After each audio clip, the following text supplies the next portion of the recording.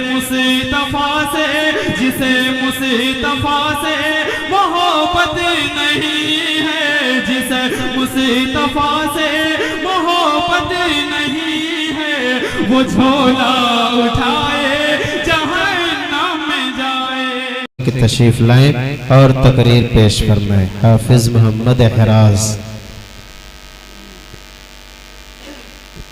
اس کے بعد تیار رہیں محمد تاج نواز شریف، آگے آ جائیں۔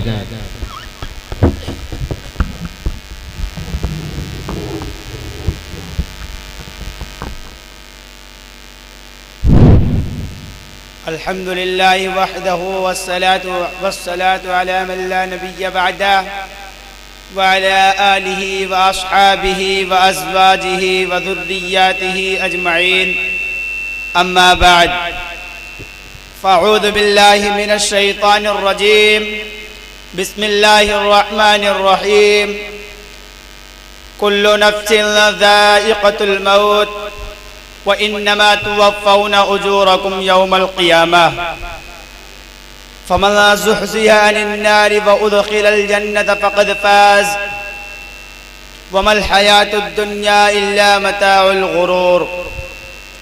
وقال النبي صلى الله عليه وسلم أو كما قال عليه الصلاة والسلام۔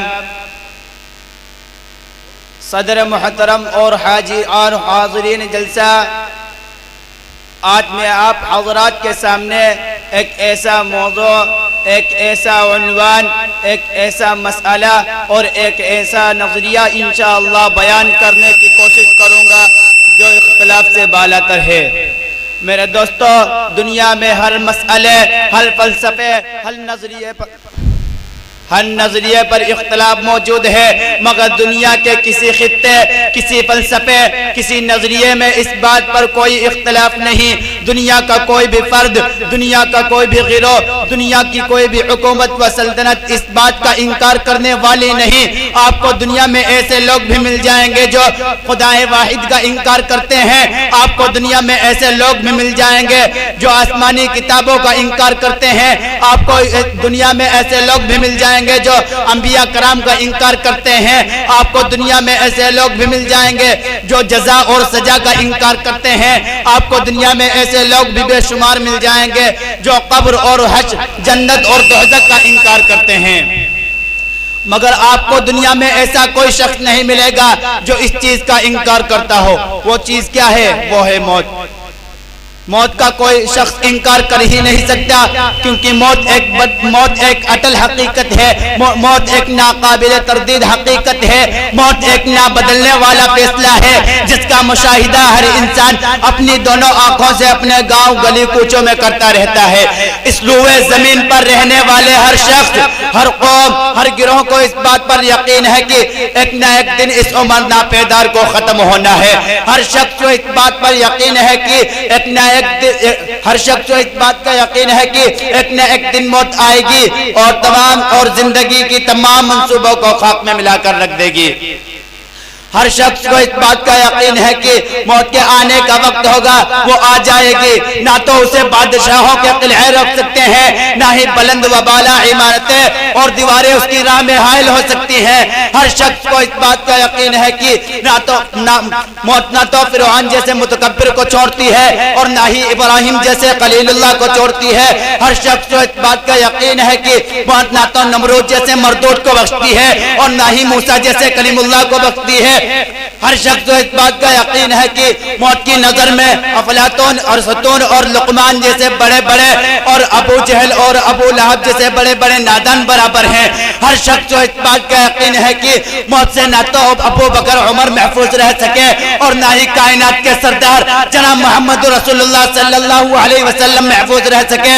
ہر شخص کو اس بات کا یقین ہے کہ نبی ہے تو موت آئے گی، ولی ہے تو موت آئے گی، قطب ابدال ہے تو موت آئے گی، عالم ہے تو موت آئے گی، جاہل ہے تو موت آئے گی۔ ہر شخص کو اس بات کا یقین ہے کہ بادشاہ ہے تو موت آئے گی۔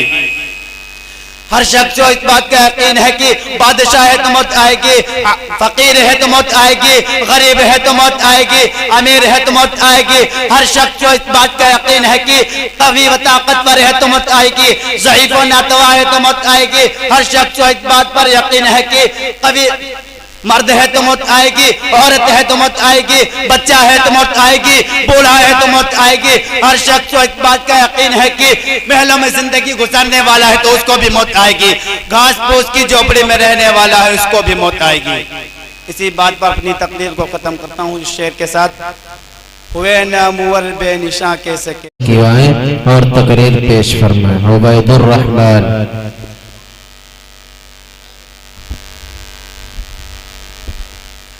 السلام علیکم ورحمۃ اللہ وبرکاتہ۔ علیکم السلام۔ الحمد للہ الذی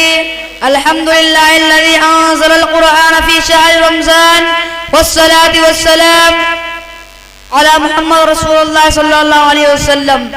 اعوذ باللہ من الشیطان الرجیم، بسم اللہ الرحمن الرحیم۔ ابھی میں نے آپ کے سامنے قرآن پاک کی ایک آیت تلاوت کی ہے، اس کا ترجمہ یہ ہے، اے ایمان والو تم پر روزہ فرض کیے گئے ہیں جیسا کہ تم سے پہلے امتیوں پر فرض کیے گئے تھے تاکہ تم متقی بن جاؤ۔ اسلام کی بنیادی تعلیمات میں ایمان، نماز، زکوٰۃ کے بعد روزہ کا درجہ ہے۔ مسلمانوں پر رمضان کے پورے ماہ کے روزے مسلمانوں فرض کیے گئے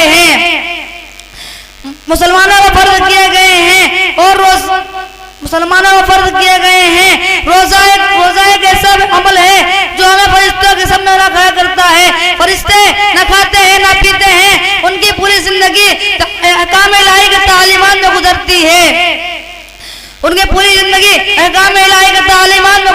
ہے، روزہ میں ان کی پوری زندگی دو مصرے نعت کو پڑھیے۔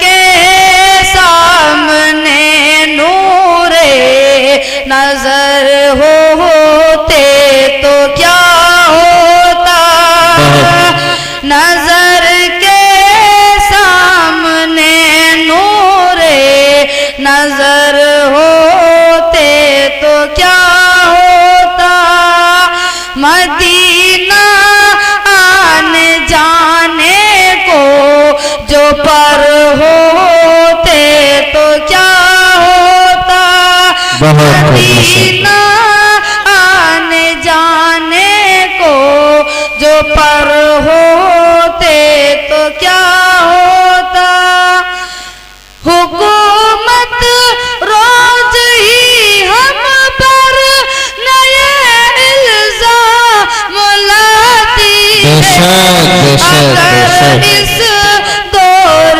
عالی میں عمر ہوتے تو کیا ہوتا، اگر اس دور عالی میں عمر ہوتے تو کیا ہوتا، سر تن سے جدا ہوتا اور کیا ہوتا۔